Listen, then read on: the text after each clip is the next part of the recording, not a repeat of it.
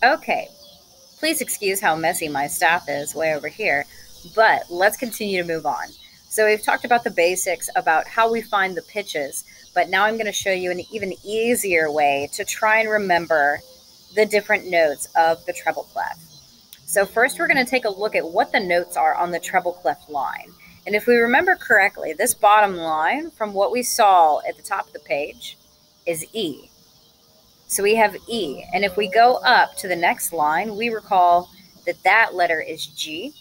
If we keep moving up, we go up to the letter B. After that, we go up to the letter D. And then at the very top, we go to the letter F, where there's a really easy way to remember what these notes are. And there's a little saying that we have with it, and some of you may know it.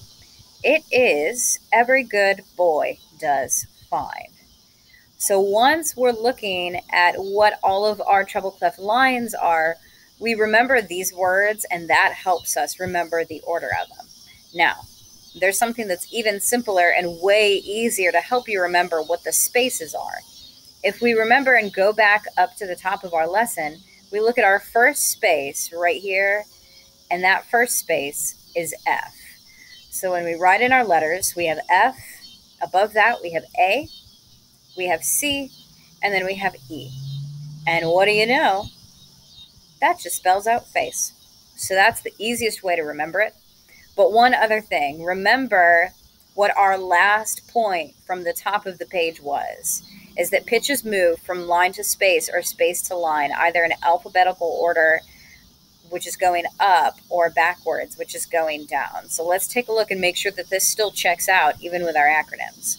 So if we go up from E, we go to F. F comes after E in the alphabet. After F in the alphabet comes G. Remember that after G, we have to restart our musical alphabet and go up to A. After A comes B, then C, D, E, and F. So that definitely checks out.